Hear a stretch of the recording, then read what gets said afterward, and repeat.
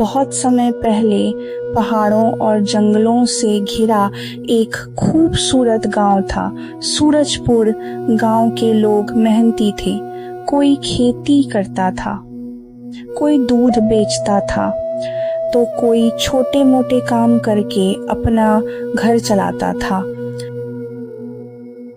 हर सुबह एक सुंदर सी फूल बेचने वाली गांव आती। उसके फूलों की खुशबू इतनी अलग होती कि कोई भी बिना खरीदे नहीं रह पाता। लो ताजा फूल, ले लो ताजा महकते हुए फूल। इनकी खुशबू बस आपके घर की फिजाओं को नहीं बल्कि आपकी बंद किस्मत के दरवाजों को भी खोल देगी। आ जाइए, ताजे फूल ले जाइए। ऐसे फूल पूरे इलाके में नहीं मिलेंगे। भगवान की पूजा भी सफल होगी और घर में सुख समृद्धि भी आएगी। अरे वाह खुशबू, आज तो फूलों की खुशबू पहले से भी ज्यादा अच्छी है। कहाँ से लाती हो इतने सुंदर फूल? बहन जी, ये फूल साधारण नहीं है। ये पहाड़ों के उस जंगल से आते हैं जहाँ इंसान कम और भगवान ज्यादा रहते हैं। मुझे भी दो खुशबू, आज अपने घर में से लगा दूंगी। बड़ी सुंदर फूल हैं। जरूर बहन, इन्हें घर के मंदिर में रखना, आपका भाग्य चमक जाएगा। गहरी काली रात हो चुकी थी और हल्की हल्की बारिश की बूंदें बरस रही थीं। रात के ठीक 12 बजते ही उन फूलों से हल्का हरा चमकता हुआ धुआं निकलने लगता। जिसने भी वह फूल खरीदा होता, वह आदमी गहरी नींद में उठ जाता। उसकी आंखें खुली होती, लेकिन उसका दिमाग किसी और के वश में होता। वह बिना कुछ बोले चुपचाप जंगल की ओर चल पड़ता।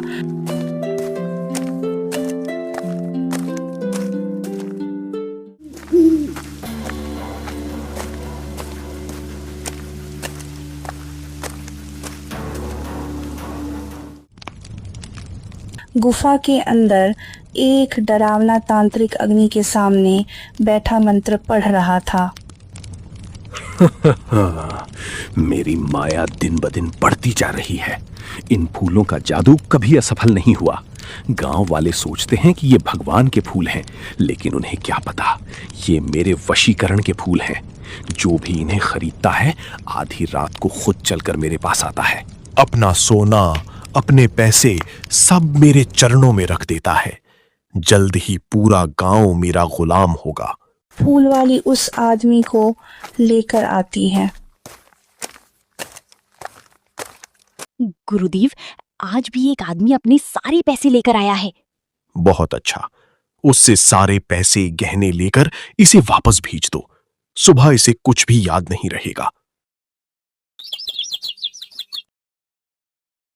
अगली सुबह।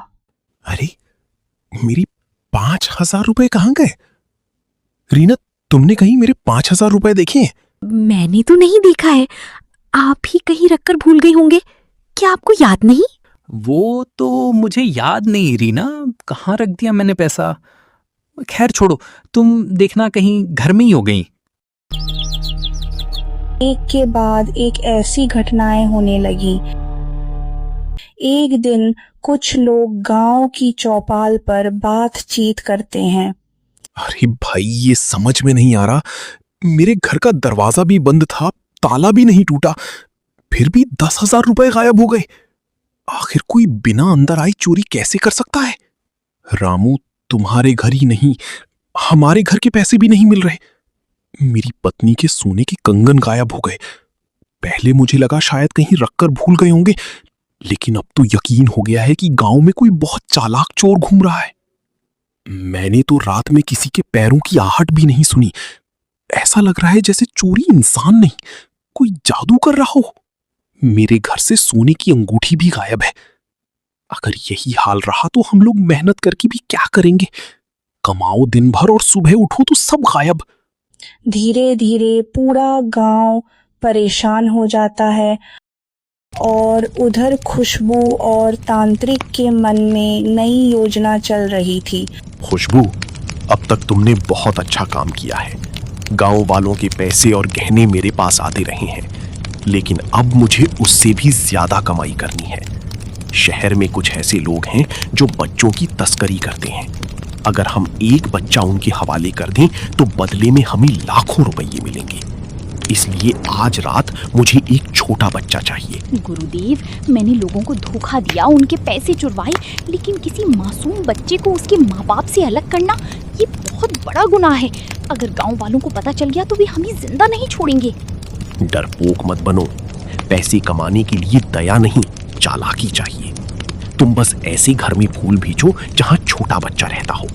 बाकी काम मैं संभाल लूंगा। आधी रात को वही जादुई धुआं उसे यहां तक ले आएगा। सुबह होने से पहले हम उसे शहर की तस्करों को बेच देंगे। ठीक है, मैं आपकी बात मानती हूँ, लेकिन ये आखिरी बार होगा।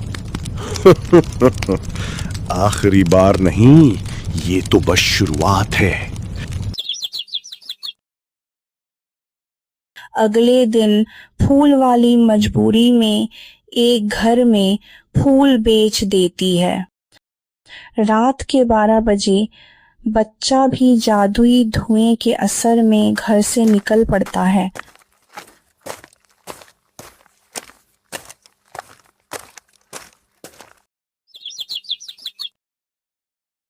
सुबह पूरा घर रोने लगता है।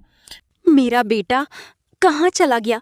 अगर किसी ने उसे देखा हो तो भगवान के लिए बता दो, मैं उसके बिना जी नहीं सकती। सभी लोग मुखिया के पास जाते हैं और सारी बात बताते हैं। ये क्या हो रहा है? किसी का सोना चोरी हो रहा है, किसी के घर से सामान गायब है, और आज तो हदें ही पार हो गई। मासूम बच्चा गायब है। क्या हम सब अंधे हो गए हैं? क्या हमारे गांव की रक्षा करने वाला कोई नहीं बचा? सुनो गांव वालों, ये कोई साधारण चोरी नहीं है। न दरवाजा टूटा, न कोई चोर दिखाई दिया, और अब तो बच्चा भी गायब हो रहे हैं। जब तक सच सामने नहीं आएगा हम चैन से नहीं बैठेंगे। गांव में गौरी नाम की एक समझदार लड़की रहती थी। मुखिया जी, मुझे लगता है ये चोरी इंसान नहीं, किसी चालाक दिमाग का काम है। जिस दिन से वो फूल बेचने वाली आने लगी, उसी दिन से चोरी शुरू हुई, और अब गांव के बच्चे भी गायब होने लगे हैं। मुझे लगता है हमें उसी पर नजर रखनी होगी। बेटी, अगर तुम्हारी बात सही निकली तो पूरा गांव तुम्हारा एहसान मानेगा। गौरी कुछ लोगों से पूछताछ करती है। बहन, कल मैंने पूजा के लिए उसी फूल वाली से फूल खरीदे थे। सुबह उठी तो मेरी चांदी की पायल गायब थी। अरे, मेरे साथ भी यही हुआ। मैंने भी उसी से फूल लिए थे और अगले दिन घर से पैसे गायब हो गए। तुम लोगों ने पहले क्यों नहीं बताया? मैं भी उसी से रोज फूल खरीदती हूँ। पहले लगा कि शायद हमारी ही गलती होगी, लेकिन अब तो लगता है कि इस फूल वाली का ही कोई राज है। आज अगर वो फिर आई तो मैं उससे पूछ कर रहूंगी कि आखिर वो फूल लाती कहाँ से है। गौरी सोच में पड़ जाती है। अब मुझे पूरा यकीन हो गया है, जिस घर में फूल गए उसी घर में चोरी हुई। ये फूल वाली ही इस राज की चाबी है। अगले दिन फूल वाली फिर गांव आती है। रुको, इतने सुंदर फूल कहाँ से लाती हो? जंगल से। मैं? कौन सा जंगल? किसके खेत में उगते हैं? तुम्हारे साथ और कौन रहता है? खुशबू, आज तुम्हारी ये खुशबू किसी को बेहोश नहीं कर पाएगी। बताओ, उस मासूम बच्चे को कहाँ छुपा रखा है? ये फूल कहाँ से आते हैं और किस काले साई के लिए तुम हमें लूट रही हो? मैं कुछ नहीं जानती, मुझे छोड़ दो। फूल वाली घबरा जाती है, फिर अचानक भागने लगती है। पकड़ो इसे, भागने मत देना। पूरा गांव उसके पीछे दौड़ पड़ता है। फूल वाली गुफा तक पहुंचती हैं। गांव वाले भी पीछे पीछे पहुंच जाते हैं। अंदर तांत्रिक बच्चे को ले जाने की तैयारी कर रहा था। तुम लोग यहाँ तक कैसे पहुंच गए? तेरा खेल खत्म हो गया। आज पूरे गांव के सामने तेरा सच आ गया। यही है वो आदमी जो फूलों के जादू से सबको अपने वश में करता था। गांव वाले बच्चे को छुड़ा लेते हैं। तांत्रिक और फूल वाली को पकड़ लेते हैं। कुछ देर बाद पुलिस पहुंच जाती है। दोनों ने लोगों को धोखा दिया, चोरी की, बच्चे का अपहरण किया। अब बाकी जिंदगी जेल में बितानी होगी। पुलिस दोनों को हथकड़ी लगाकर ले जाती है। किसी भी अनजान व्यक्ति पर आंख मूंद कर भरोसा नहीं करना चाहिए। समझदारी, एकता और साहस के बल पर सबसे बड़ी साजिश को भी बेनकाब किया जा सकता है।